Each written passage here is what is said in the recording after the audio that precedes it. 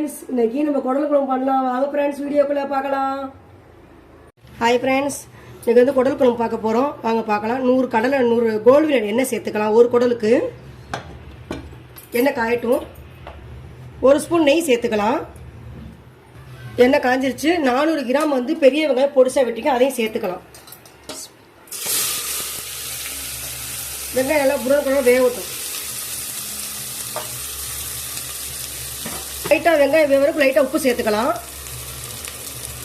வெங்காயம் நல்லா வெந்துருச்சு. அது வந்து 2 ஸ்பூன் இஞ்சி பூண்டு சேர்த்துக்கலாம். 2 ஸ்பூன் நல்லா பச்சை போட நல்லா வதக்கிக்கலாம். அடுத்தது 2 ஸ்பூன் இஞ்சி பூண்டு போட்ட ஸ்பூன் 2 ஸ்பூன் மிளகாத்தூள் சேர்த்துக்கலாம். தனி மிளகாத்தூள். கரம் மசாலா 1/4 டீஸ்பூன் சேர்த்துக்கலாம். 1/4 டீஸ்பூன் மஞ்சத்தூள், 1/4 டீஸ்பூன் மிளகு சீரகத்தூள் சேர்த்துக்கலாம். 1/2 ஸ்பூன் மல்லித்தூள் சேர்த்துக்கலாம். எல்லாமே சேர்த்து மசாலாலாம் ஒன்று சேர்த்தோம். 1 கைப்பிடி அளவுக்கு கொத்தமல்லி சேர்த்துக்கலாம். 5 பச்சை மிளகாய் சேர்த்துக்கலாம். 300 கிராம் தக்காளி வெடிச்சுக்க, அதையும் சேர்த்துக்கலாம்.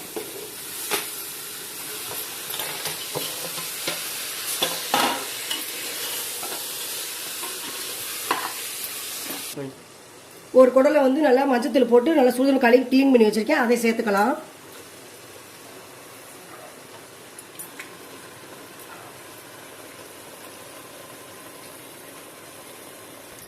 எல்லா குடலும் சேர்த்தாச்சு. இதை வந்து இதுலேயே வந்து மசாலாவில் கிண்டணும். தண்ணி அதிலே வரும், நம்மளுக்கு தண்ணி சேர்க்க வேணாம்.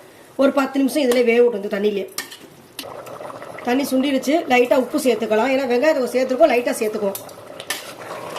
ஒரு 2 கிளாஸ் தண்ணி ஊற்றி ஒரு 10 விசில் விட்டு எடுத்துக்கலாம்.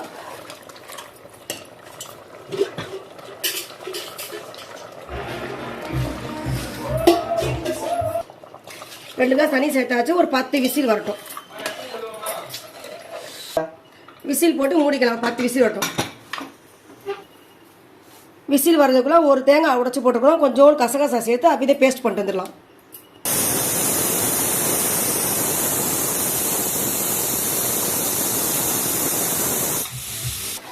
குக்கர்ல இருந்து மாற்றியாச்சு. கறி குடல் நல்லா வெந்துருச்சு. சூப்பராக நம்ம அரைச்சி வச்சோம்ல கசகசாவும் தேங்காயும் சேர்த்துக்கலாம்.